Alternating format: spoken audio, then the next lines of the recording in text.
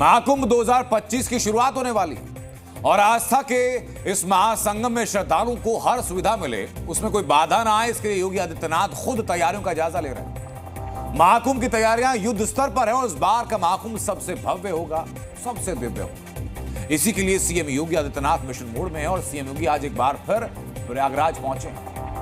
CM योगी ने सबसे पहले दशाश्वमेध घाट पर गंगा आरती में हिस्सा लिया और फिर दशाश्वमेध घाट पर महादेव मंदिर में पूजा अर्चना की। इसके बाद महाकुंभ के लिए बनाई गई टेंट सिटी का जायजा लिया, जो लाखों श्रद्धालुओं के ठहरने के लिए तैयार की। सीएम योगी ने अधिकारियों के काम की एक डेडलाइन भी तैयार कर दी।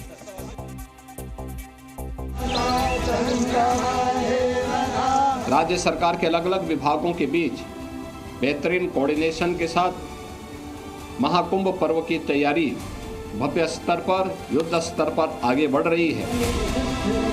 20,000 श्रद्धालुओं के लिए प्रयागराज मेला प्राधिकरण के द्वारा लगभग 5,000 ऐसे टेंटेज अलग अलग स्थानों पर प्रयागराज में सुविधा रहेगी। पहली बार मां गंगा का रिवर फ्रंट लोगों को देखने को मिलेगा।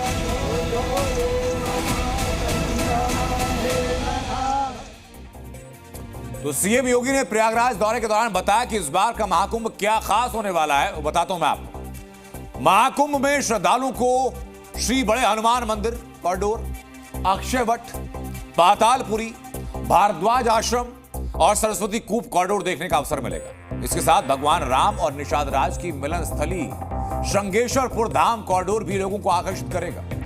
पहली बार संगम आने वाले श्रद्धालुओं को मां गंगा का रिवर फ्रंट भी देखने को मिलेगा। ये सब हो रहा है इस बार महाकुंभ। इस बार का महाकुंभ भव्य और दिव्य होने वाला है और महाकुंभ की खासियत यह कि यहाँ की डोम सिटी भी है। 1400 स्क्वायर फीट में फैली इस डोम सिटी को लग्जरी होटल की तर्ज पर बनाया जा रहा है। पहली बार कुंभ मेले बनाए जा रहे इस डोम सिटी की क्या खासियत होगी, इस स्पेशल रिपोर्ट में आपको दिखाएं।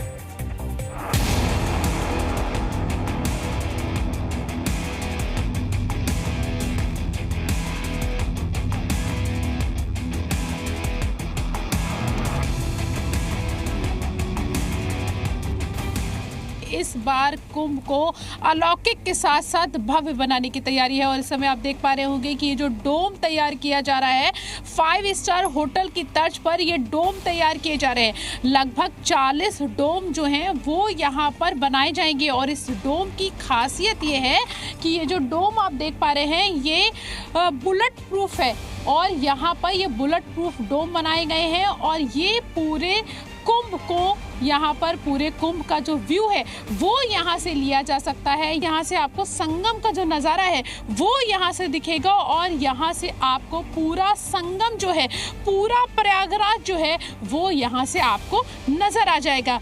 ये जो डोम आप लोगों ने बना के तैयार किए, इनकी खासियत क्या है? ये पहली चीज़ तो ये है कि ये पहली बार हिंदुस्तान में लगाया जा रहा है। भारतवर्ष में पहली बार डोम सिटी बनाई जा रही है।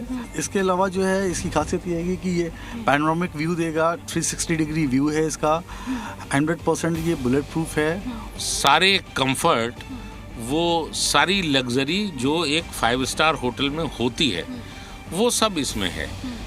गेस्ट को वही एक्सपीरियंस, वही जर्नी मिलेगी उसको, जो उसकी एक्सपीरियंस जर्नी होगी यहाँ 1 दिन 2 दिन 3 दिन जितना टाइम वो रुकेगा, जो कि एक 5 स्टार होटल में होती है। चार्जेस क्या रखे हैं आप लोगों ने? चार्जेस हमारे इसके सामान्य दिनों में डोम में 81,000 और पर्व के दिनों में जो स्नान के दिन होते हैं उन दिनों में 1,11,000। डोम सिटी की खास बात ये भी है क्योंकि यहाँ से आप पूरे प्रयागराज का जो नज़ारा है, पूरे प्रयागराज का जो व्यू है वो भी आपको यहाँ से देखने को मिलेगा। कैमरामैन समीर कनकी के साथ प्रीति श्रीवास्तव, जी मीडिया, प्रयागराज। एक तरफ प्रयागराज में सीएम योगी ने महाकुंभ का फाइनल प्लान लॉक किया, तो दूसरी तरफ विश्व हिंदू परिषद भी सनातन की रक्षा का अपना प्लान को आगे बढ़ा रही है। इसी अभियान के तहत विश्व हिंदू परिषद, बजरंग दल युवाओं को त्रिशूल बांट रहे हैं। आज यूपी के अलीगढ़ में विश्व हिंदू परिषद और बजरंग दल ने शौर्य सभा की और त्रिशूल दीक्षा का आयोजन किया, जिसमें सैकड़ों युवाओं को त्रिशूल बांटे गए और बजरंग दल की सदस्यता भी दिलाई गई। शक्तिमान श्री परमेश्वर तथा अपने पूर्वजों का स्मरण कर मैं प्रतिज्ञा करता हूँ कि विश्व हिंदू परिषद द्वारा डिजाइन किए गए विशेष त्रिशूल स्टेनलेस स्टील के बने हैं। और त्रिशूल के अगल बगल में दोनों ब्लेड छोटे और सीधे होते हैं। हैंडल को इस्तेमाल में आसान बनाने के लिए इसे छोटा रखा गया। त्रिशूल के ब्लेड के लिए एक विशेष म्यान बनाई गई और इसकी लंबाई लगभग 9 इंच से कम रखी गई ताकि इसे शस्त्र अधिनियम के दायरे से बाहर रखा जा सके। इसके पहले 15 दिसंबर को दिल्ली में वीएचपी बजरंग दल ने त्रिशूल दीक्षा कार्यक्रम आयोजित किया। इसमें दिल्ली में चुनाव से पहले 50,000 से ज्यादा त्रिशूल बांटने का लक्ष्य रखा गया। 7 से 8,000 त्रिशूल बांटे जा चुके। वीएचपी का मानना यह है कि हिंदू देवी देवताओं के हाथ में शस्त्र है और इसीलिए हर हिंदू को त्रिशूल धारण करना चाहिए और इसीलिए संगठन में शामिल होने के इच्छुक युवाओं को त्रिशूल दिया जा रहा है। जिस दिन से बजरंग दल की स्थापना हुई, यानी 1984 से लेकर अब तक निरंतर त्रिशूल धारण के कार्यक्रम बजरंग दल के द्वारा हो रहे हैं। त्रिशूल एक प्रतीक है। हमारे सभी देवी देवताओं के एक हाथ में त्रिशूल रहता है तो दूसरे हाथ से अभयदान भी रहता है। हम शस्त्र और शास्त्र दोनों की पूजा करते हैं, ये दुरुपयोग करने के लिए नहीं है।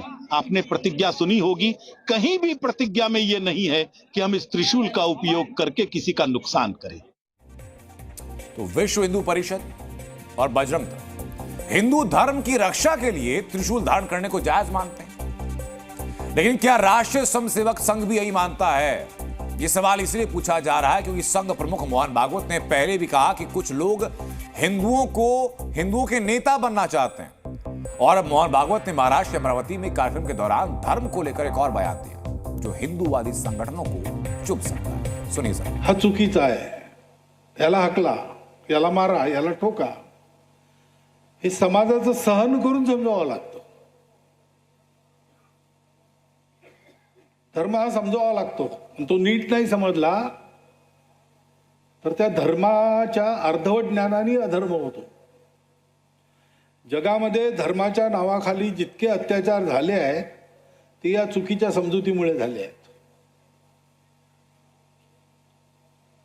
आणि म्हणून तो धर्म समजवायचं काम करणारे संप्रदाय असावे लागतात। नुसते पंथ असून चालत नाही। बाबांनी गोष्ट केली, विवेक पाहिजे। पिछले 7 दिनों में मोहन भागवत ने 2 बड़े बयान दिए। बयान कौन से? 19 दिसंबर को पुणे में मोहन भागवत ने कहा था कि हर दिन मंदिर मस्जिद विवाद उठाया जाना सही नहीं है। और अब 22 दिसंबर को मोहन भागवत ने कहा कि धर्म का अनुचित और अधूरा ज्ञान अधर्म की तरफ ले जाता है। मोहन भागवत ने ये दोनों बयान इन बयानों से ज्यादा नसीहत ज्यादा लगते हैं, जिससे हिंदू संगठन और हिंदू धर्मगुरु ज्यादा खुश दिख नहीं रहे। धर्मगुरु स्वामी रामभद्राचार्य महाराज ने भी मोहन भागवत के बयान पर कड़ा ऐतराज जताया है। क्या कह रहे हैं धर्मगुरु, सुनिए जरा। मैं मोहन भागवत की वक्तव्य से बिल्कुल सहमत नहीं हूँ, बिल्कुल सहमत नहीं हूँ। और तुमसे भी कह रहा हूँ, मोहन भागवत हमारे अनुशासक नहीं है, हम उनके अनुशासक हैं।